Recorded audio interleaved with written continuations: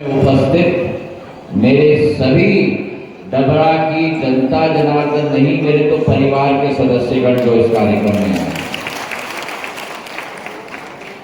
आज मन में अत्यंत खुशी है। जब सुप्रिया जी और सरोज जी की कहानी हम सब ने सुनी, आज भारत का नक्शा बदल चुका है। 10 सालों में जो देश एक गरीब देश कहलाता था, जो देश मानव संसाधन के क्षेत्र में असक्षम कहलाता था, जो देश विदेशी ताकतों के सामने अपना घुटना टेक देता था, आज प्रधानमंत्री नरेंद्र मोदी जी के नेतृत्व में वही देश विश्व पटल पर एक नक्षत्र की तरह उभर चुका है। मेरे भाइयों, आज भारत की विश्व पटल पर मान और सम्मान की आवाज गूंज रही। आर्थिक रूप से भारत एक संपन्न देश बन रहा है। 2014 में हम 10वीं बड़ी आर्थिक शक्ति थे विश्व में, आज हम 5वीं बड़ी आर्थिक शक्ति बन गए हैं विश्व के अंदर, और 2027 तक हम जर्मनी और जापान को भी पीछा छोड़ के हम तीसरी बड़ी आर्थिक शक्ति बन जाएंगे विश्व के अंदर। भारत का मान सम्मान एक आर्थिक रूप से शक्तिशाली देश, एक राजनीतिक रूप से शक्तिशाली देश। आज हमारे प्रधानमंत्री विश्व का दौरा करते हैं तो विश्व के विकसित देश के नेता उनका केवल सम्मान नहीं, लेकिन उनकी बात को गंभीरता से केवल नहीं लेते, लेकिन उनके साथ मिलकर विश्व का मार्ग प्रशस्त करने में अपने आप को सौभाग्यशाली मानते हैं। 75 वर्षों में पहली बार विश्व की संयुक्त राष्ट्र की G20 का कार्यक्रम भारत में आयोजित हुआ। एक कार्यक्रम ग्वालियर में भी आयोजित हुआ, जहां विश्व का एक एक नेता, एक एक बड़े से बड़े देश का राष्ट्रपति हो, प्रधानमंत्री हो, एक देश नहीं बचा जिसके राष्ट्रपति और प्रधानमंत्री ने भारत माता की माटी को अपने माथे पर न लगाया हो। तो आज देश बदल चुका है।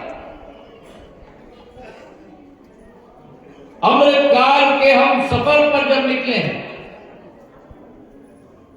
तो अमृतकाल से शताब्दी काल 2047 तक प्रधानमंत्री ने सफर में 3 लक्ष्य बनाया है भारत के लिए। पहला लक्ष्य कि भारत एक विकासशील देश नहीं रहेगा, भारत एक विकसित देश बन जाएगा। विकासशील देश नहीं, एक विकसित देश बनेगा। अरे अच्छी से ताली बजाओ मेरी सरोज जी के लिए। विकासशील देश नहीं, विकसित देश बनेगा। भारत दूसरे देशों पर निर्भर नहीं रहेगा, भारत आत्मनिर्भर बन जाएगा। भारत दूसरे देशों पर निर्भर नहीं रहेगा, भारत आत्मनिर्भर बनेगा।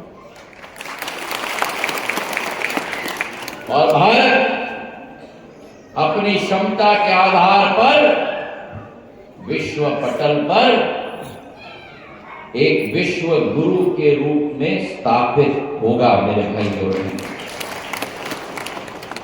और अगर ये हमारा लक्ष्य है, प्रधानमंत्री जी दिन रात कार्य कर रहे हैं, लेकिन इस लक्ष्य की पूर्ति करने के लिए एक एक भारतीय को हमें सशक्त करना होगा। एक एक भारतीय को हाथों को हमें मजबूत करना होगा, ताकि इन तीनों लक्ष्य की पूर्ति में एक एक भारतीय नागरिक, 140 करोड़ भारतीय नागरिक अपना योगदान भी दे पाए मेरे भाइयों बहनों। और अगर ये हमारा लक्ष्य है,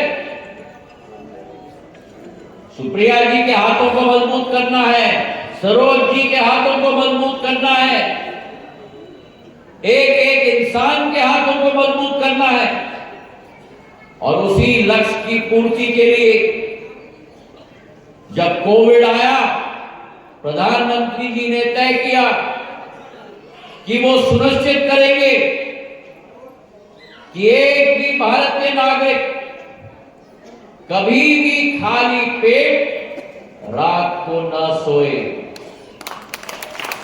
80 करोड़ लोगों के लिए गरीब कल्याण अन्न योजना राशन मुफ्त में पहुंचाने का कार्य केवल प्रधानमंत्री नरेंद्र मोदी जी ने सुनिश्चित किया मेरे भाई और बहनों।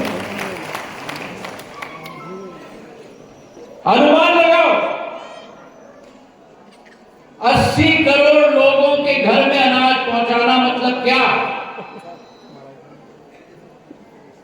मतलब कि इंग्लैंड की आबादी, फ्रांस की आबादी, इटली की आबादी, जर्मनी की आबादी, दक्षिण अफ्रीका की आबादी, ये पांचों देशों को भी लोगे तो इन पांचों देशों की भी आबादी 80 करोड़ नहीं होती। वो प्रधानमंत्री ने भारत में करके दिखा दिया मेरे भाइयों और बहनों। मेरे साथ सरोज जी बैठी हुई हैं। पुराने जमाने में आपको राशन की दुकान पे जाना पड़ता था, राशन का कार्ड दिखाना पड़ता था, राशन की दुकान में काला बाजारी बहुत होती थी। बोलते थे कि 5 किलो गेहूं, पर जाके देखो तो केवल 2.5 किलो गेहूं होता था बोरी में। सही है कि नहीं? आज मुझे बताओ, 80 करोड़ लोगों को जो राशन मुफ्त में दिया जा रहा है, आपको राशन की दुकान में लाइन लगाना पड़ता है कि राशन आपके घर में पहुंचता है? घर में पहुंचता है, घर में पहुंचता है।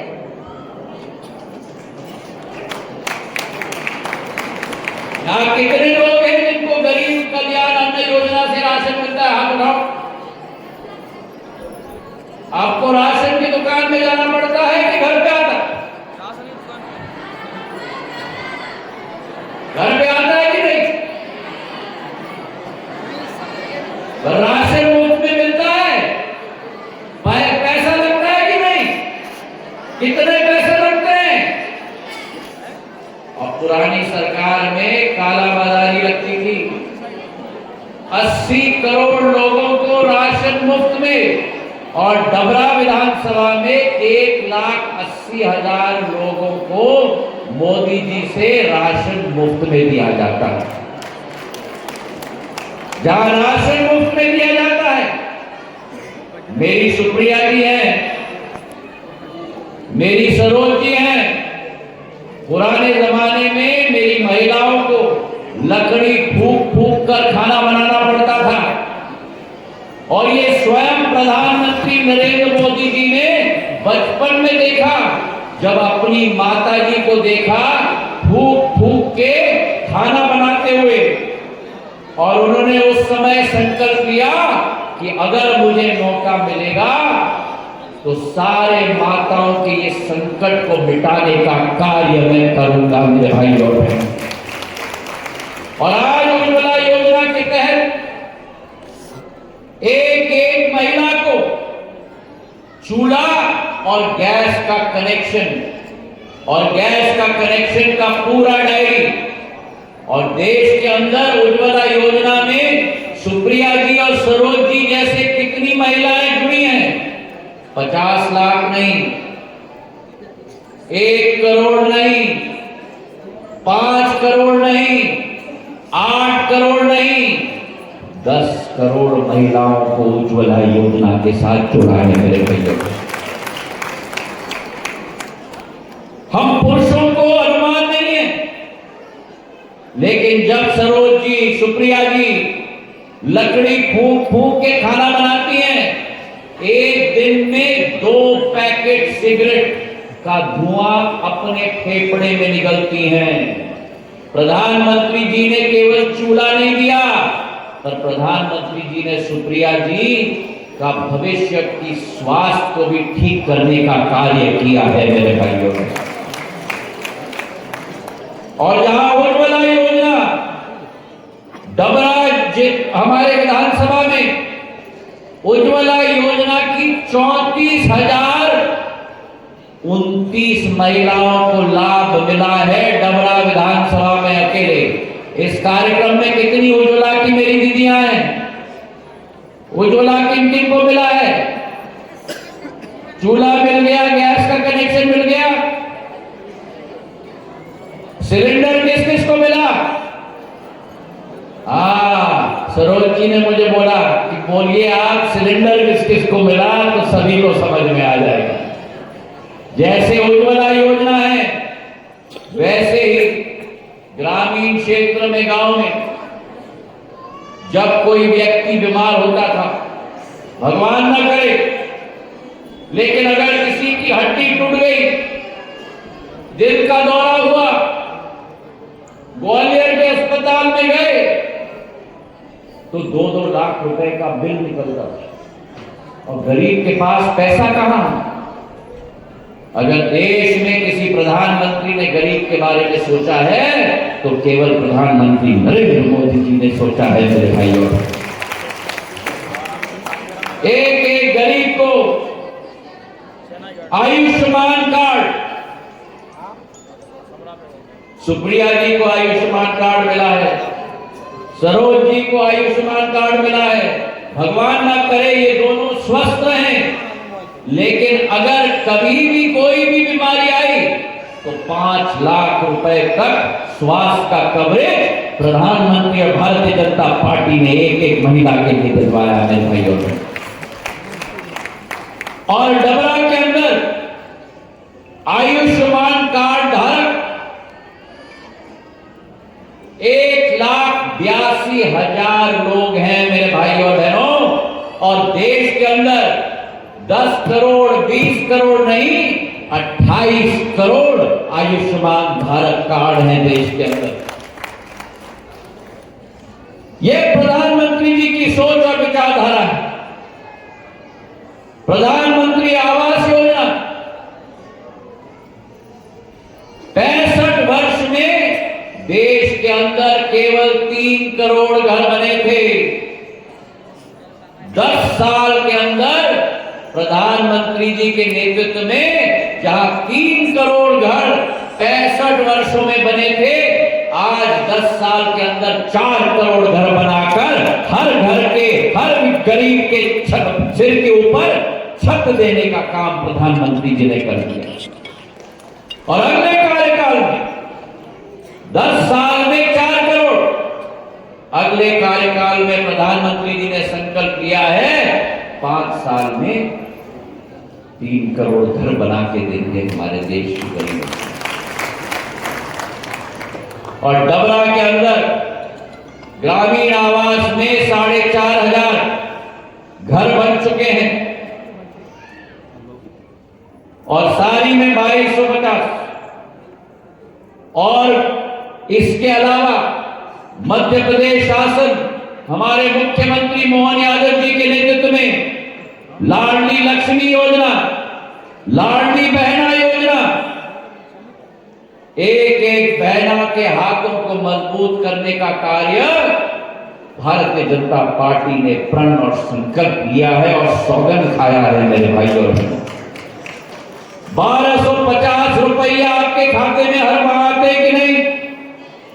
कितने लाडली बहना है? आते हैं कि नहीं? हर महीना आते हैं। और ये संकल्प है कि अगले 5 साल के अंदर ये 1250 को हम 3000 तक ले जाएंगे हर लाडली बहना के खाते में मेरे भाई और बहन। हमारा संकल्प है विकास का, हमारा संकल्प है प्रगति का। और ये विश्वास मैं दिलाता हूं, प्रधानमंत्री जी का संकल्प है कि 65 वर्षों तक आप लोग सरकार के इर्द गिर्द घूमते थे। अमृत काल में प्रधानमंत्री केवल प्रधानमंत्री नहीं है, प्रधान सेवक है, प्रधान रक्षक है।